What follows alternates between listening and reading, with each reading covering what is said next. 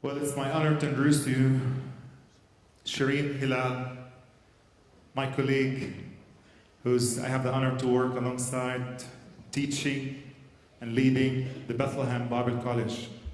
Shireen has been teaching at the Bethlehem Bible College since 2005, and she is currently on a leave to pursue a degree in MBA in Tel Aviv University. She's a mother of 2 little children with a handsome husband, Ibrahim. Shireen, we're so honored that you're going to speak for us tonight. Please, come on.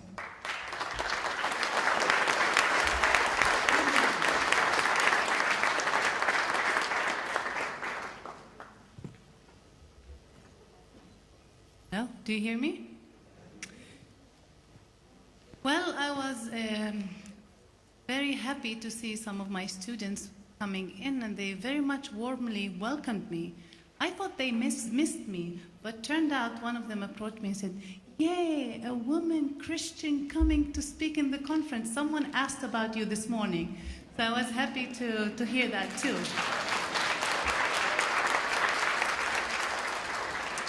Well, Jack already said a few things about me. I will try my best here, so we'll see.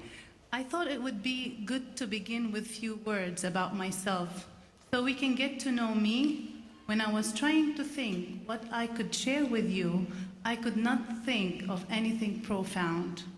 I was born and raised in Beit Sahur, which means the house of magic.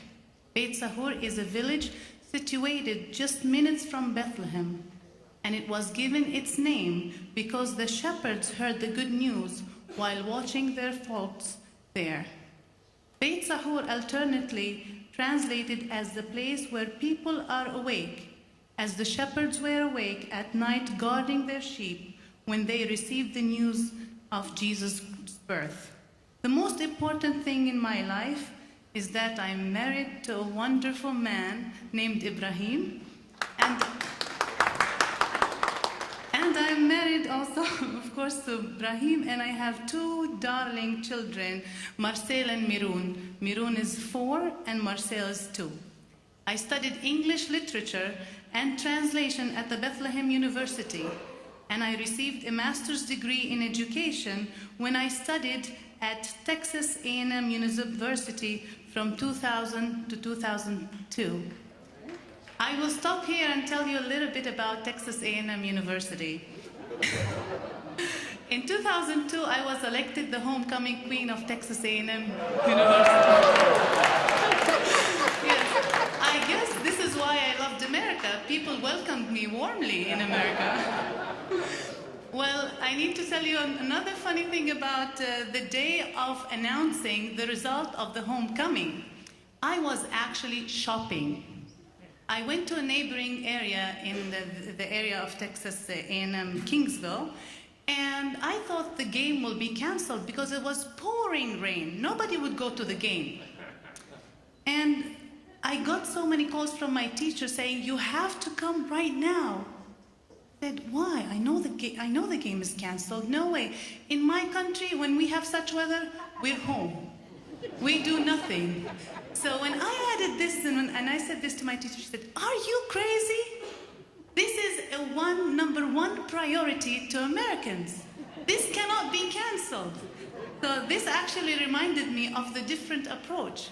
We have different approaches. Even in simple stuff in life, we do have different approaches. I'll tell you more about my story at Texas A&M, but later in private. I was in America at the beginning of the Second Intifada, and it would have been convenient to stay there. Palestine was under siege. The situation was unstable, and life was much easier in the United States. I also applied and was accepted into the PhD program, but God brought me back to Palestine for a visit. And I decided to stay and have ministry here. I worked in a women's ministry through Musalaha, a ministry of reconciliation, for 8 years, and I also have been involved in their bridge building initiatives between Muslims, Christians, and Jews. Additionally, and I'm proud to say that, I've been also teaching at the Bethlehem Bible College since 2005. hoping to go back, it depends. Now that I'm being, additionally to that, actually I'm very happy to be here also to see some of my students. Less than a year ago, I realized that I needed further challenge and instruction in the area of leadership, and the opportunity arose for me to pursue a master's degree of business administration at the Tel Aviv University. I'm currently working on my degree there. I suppose this is why I am here today, to find a job. I'm just kidding. I deeply care. I deeply care about my family and society, and I wish to contribute to it by offering hope through social work and by providing an example that our Palestinian women can speak out beyond our customary roles and be agents to change and reconciliation in our society. My students at the Bethlehem Bible College used to call me the feminist teacher who believes that women have an important role to play in Palestine.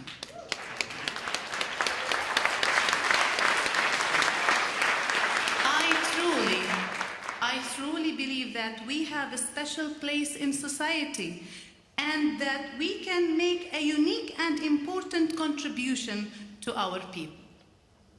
It is a pleasure to be standing before you all today. I would like to talk today about women leaders in the Palestinian-Israeli conflict.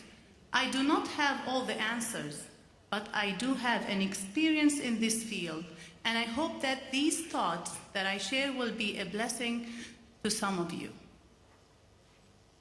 I am very aware of the conflict.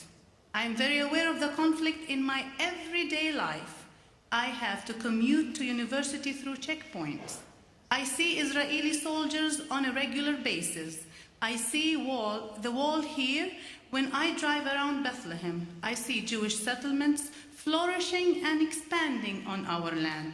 I see how the conflict affects families, women, and children. We are all affected by the conflict, and it is uniquely challenging for each group. Some people think that the conflict has no direct effect on families. As a woman, a wife, a mother, I know differently. It is a challenge to raise children in this environment.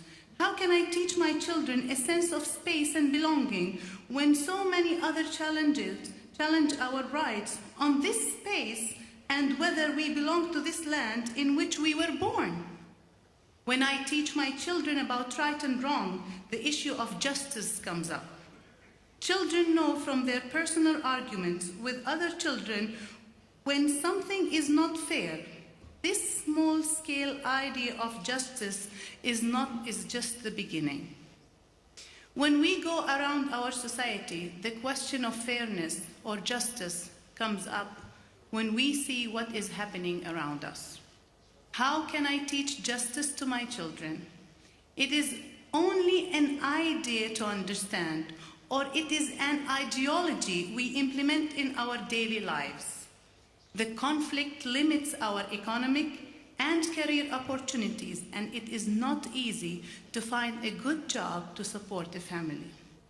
We want to give our children the best education, but we need to pay for it.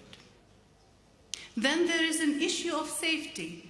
Is it safe for my children to go to the playground? We do not know when settlers or the Israeli army may come by, and I do not want my children alone in such situation. The conflict does not only affect me and my husband, but my children and their future. What will unemployment be like in the coming years? What opportunities will be available to my children? We are surrounded by demonstrations and instability, and I do not know what road my children will take to fight against and reject the injustice they see from our home. In many ways, these all come from a fear of losing my children or of not being able to give them whatever child deserves, whatever every child deserves. I fear that my children will be deprived.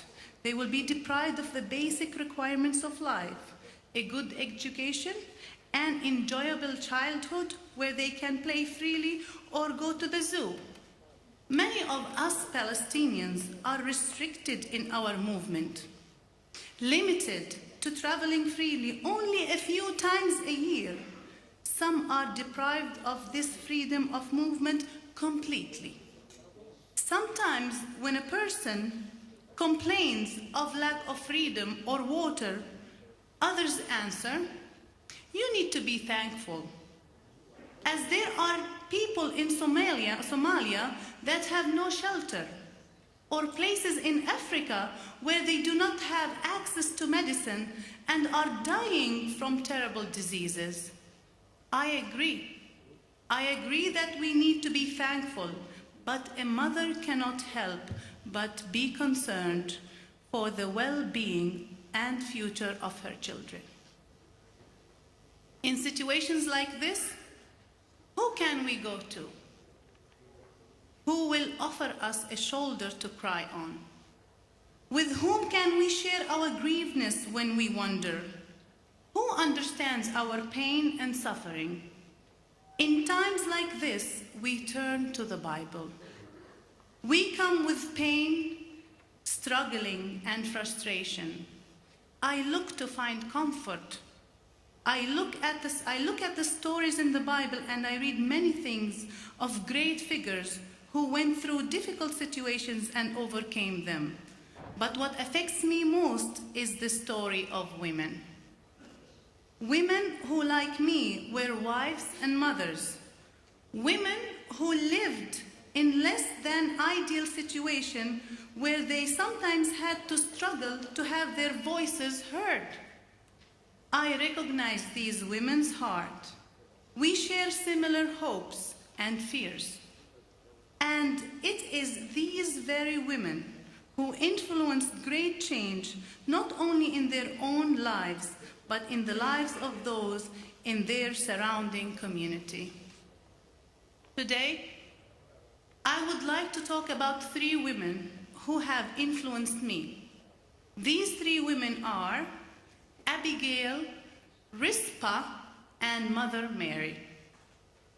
I am sure that you know the stories of these 3 women, so I will only briefly discuss their roles and then share with you what I find most inspiring and striking about them.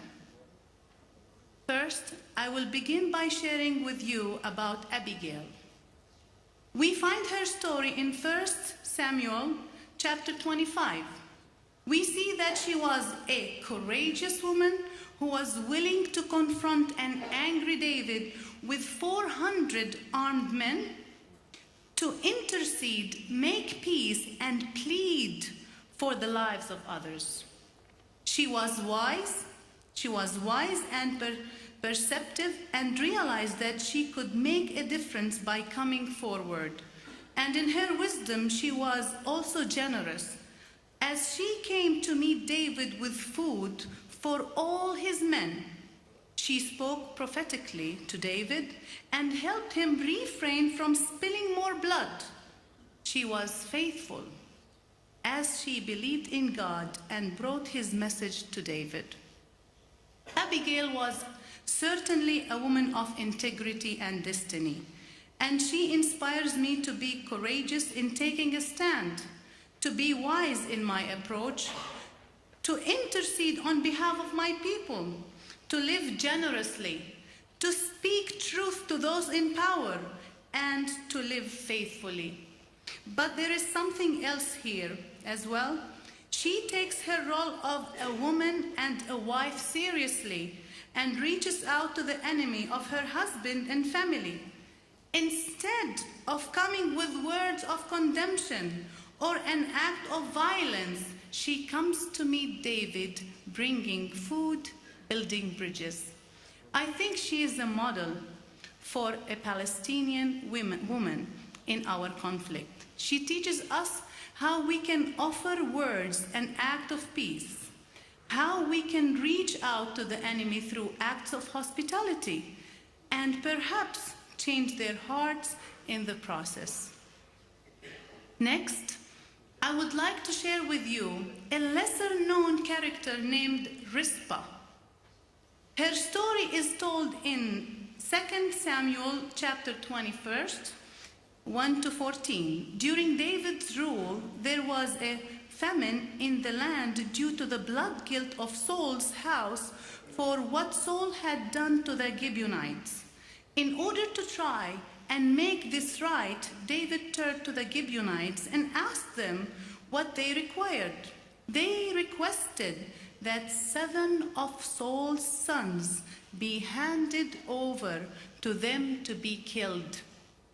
The bodies were left outside, and Rizpah, the concubine of Saul, whose 2 sons were among the 7, stood by the bodies and kept the birds and animals away from them. When David heard that what Rizpah was doing, he had the bones of Saul's 7 sons taken down and buried. When this was done, God removed the famine from the land. Rizpah stands out to me. Rizpah stands out to me as a mourning woman who takes initiative alone and demands justice for the burial of her sons and their brothers. In spite of the fact she had a low social standing as she was a slave, she takes a stand through silent action. She shows me that our calls for justice can take a counterintuitive form. One way we can protest is through silent action, but for all to see. She patiently persevered, waiting months for someone to recognize her call for justice. And her devoted act for waiting beside the bodies ends up by saving the entire people from famine. She might not have known the ramification of her act of devotion to her family, but it was this small act of justice that needed to be met for the land to be restored and for God to hear the cries to end the famine. I look up for Rizpah for all these reasons and more. Mothers often make sacrifices for their children and are willing to take the risk for them. My 2-year-old son recently had appendicitis, and his appendix ruptured. At first, no one knew what was wrong with him, and I was so distraught, willing to give up anything for the sake of keeping my child or reducing his pain. Rizpah lost the 2 sons, but even in their death, she sought their dignity, wanting them to be afforded the respect of burial. Finally, I would like to share a few words on Mother Mary. She is the mother of mothers, as she carried our Lord in her womb and gave birth to him just minutes from where we stand today. She exemplifies holiness, piety, and humility. She was chosen to be the mother of our Lord for her devout and humble example to all of us. She lived her life with strength and dignity, raising a child who grew to do things she did not understand, but she raised him and gave him God's purpose. She was betrayed and left alone by all Jesus' closest followers, as only Mary and a few other women were the last to stay when Jesus died and the first to come to his tomb to care for his body.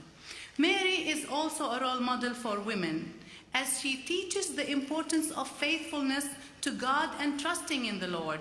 In spite of everything she had to endure, from a pregnancy no one understood, to raising a child who would sacrifice himself for all of us, she persevered, fulfilling her God-appointed role.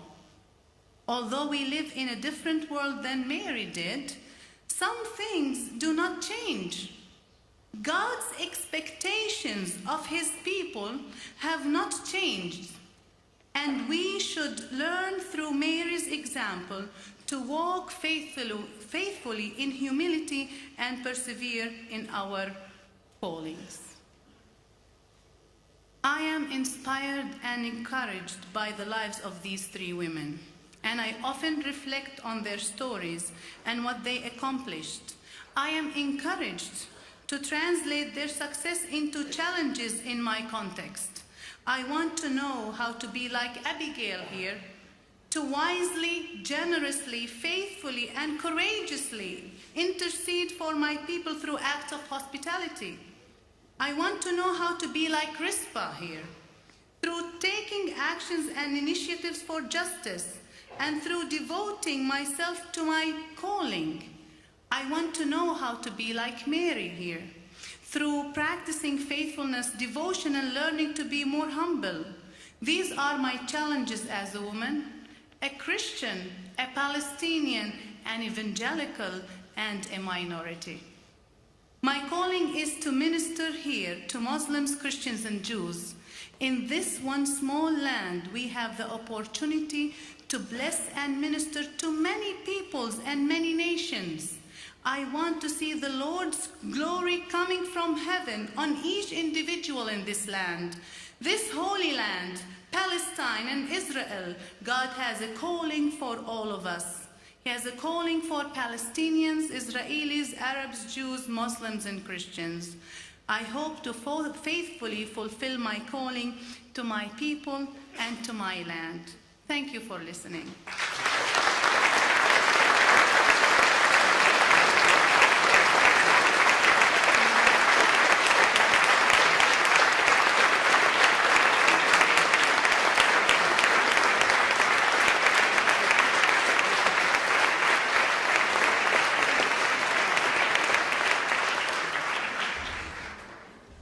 Such an honor.